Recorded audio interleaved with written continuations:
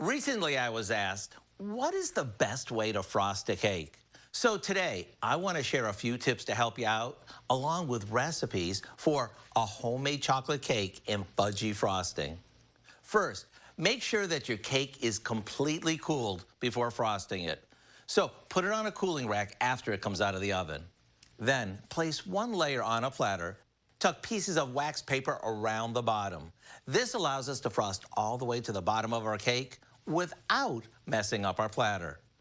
Now we top it with some icing and put the other layer of cake on top. We place this on a Lazy Susan. This way, we can easily get to all sides of the cake with little effort. At this point, we smear it with a thin layer of frosting using an offset spatula, which looks like this, and we'll let that set up in the fridge. This is called a crumb coat, so don't worry if you get crumbs in your frosting at this point. Then all we do is frost it one more time over our crumb coat, and we end up with perfect results every time. So to get you going, let me share a scratch cake and frosting so you can try out your newfound skills. Let me tell you, I think this is one of the best chocolate cakes we've ever made.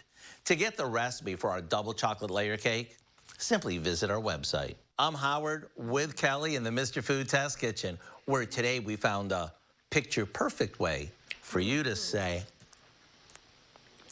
"Ooh, it's so good."